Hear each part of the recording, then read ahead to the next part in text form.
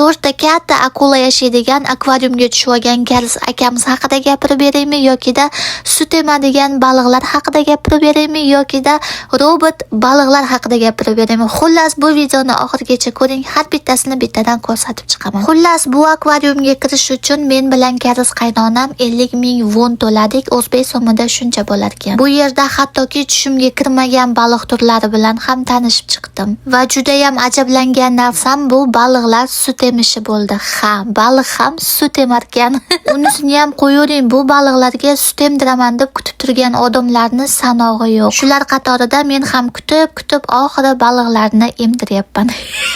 Hattoki Koreyani ko'chalarida uchratmagan obunachilarimizni akvariumi ichida uchratdik. Va mana 3 ta akamiz katta akvariumni ichiga tushib olib, hammaga sevgi izhor qilib chiqishyapti. Eng qizig'i bu akvariumda xavfli turdagi baliqlar va 4 ta katta akula ham yashar ekan. Va akulalardan bittasi shu karis akamizga hujum qilishiga sal qoldi. Lekin bu karis akalarda ham duxi vagon ekan, o'zlarini yo'qotib qo'yishmadi. Ko'rib turganingizdek, qo'lidagi kaltagi bilan akulalarni quvlab yuribdi. Bu akalar raqsga tushib berisharmikin deb rosa kutibman, lekin hammaga sevgi izhor qilish bilan band bo'lishdi. Menimcha Koreyani babnik akalaridan bo'lishsa kerak. Akvariumga ham chimadan ko'tarib kelishga balo bormi? Oxirida chimadanlarini yig'ishtirib uylariga surishdi.